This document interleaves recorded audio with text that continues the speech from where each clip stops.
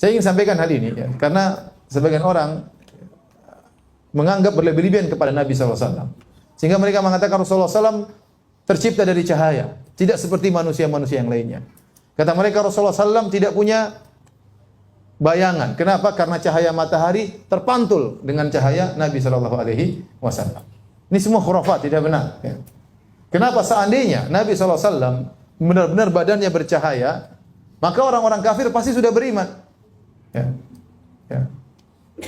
Mereka protes tatkala Nabi seperti manusia. Kata mereka, wa qalu ma li hadzal rasuli ya'kulu at-ta'ama wa yamshi fil aswaq.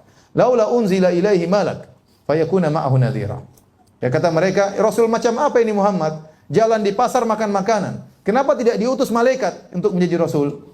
Ya. Jadi orang-orang kafir berangan-angan bahwasanya seorang Rasul ini memang spesial luar biasa.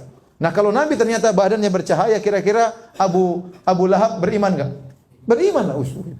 Ini cahaya ini ya. Ya. Abu Jahal juga beriman ya. Ya. Tapi Nabi manusia biasa, makanya mereka ngejek. Ya. Kenapa kamu yang harus jadi Nabi? Mereka mengatakan demikian. Kenapa kamu yang harus jadi Nabi? Kok nggak ada yang lain? Kenapa kamu yang harus dipilih oleh Allah Subhanahu Wa Taala? Apa kelebihanmu?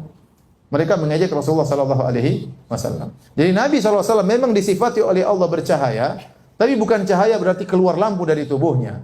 Seperti firman Allah Subhanahu wa taala, ya ayuhan nabi inna arsalnaka syahidan wa mubasysyiran wa nadhira wa da'iyan ila Allah bi idnihi wa sirajan munira.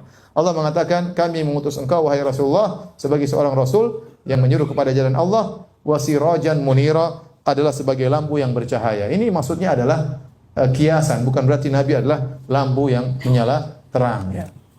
Oleh karenanya waktu Aisyah radhiyallahu taala anha dalam hadis yang sahih terjaga di malam hari, ya. Aisyah mencari suaminya di mana dia enggak tahu. Dia cari-cari. Tahu-tahu dia pegang kaki Nabi, Nabi sedang sujud. Paham? Dalam Sahih Muslim. Seandainya Nabi ada lampunya, Aisyah lagi sujud. Enggak perlu cari-cari, paham? Enggak perlu cari-cari. Demikian dalam hadis yang sahih dalam Sahih Bukhari, karena rumah Aisyah kecil, cuma 4x4 kira-kira ya. Kemudian tidak ada space untuk salat, akhirnya Nabi salat dan Aisyah tidur di depannya persis. Dengan menjulurkan kedua kakinya. Kalau Nabi mau sujud, Nabi sentuh kakinya supaya kakinya dilipat. Jadi Aisyah nunggu disentuh oleh Nabi, baru kemudian Aisyah melipat kaki. Ya, karena space rumah yang sangat sempit. Aisyah berkata, wa kanatil buyutu laisa fiha masabih.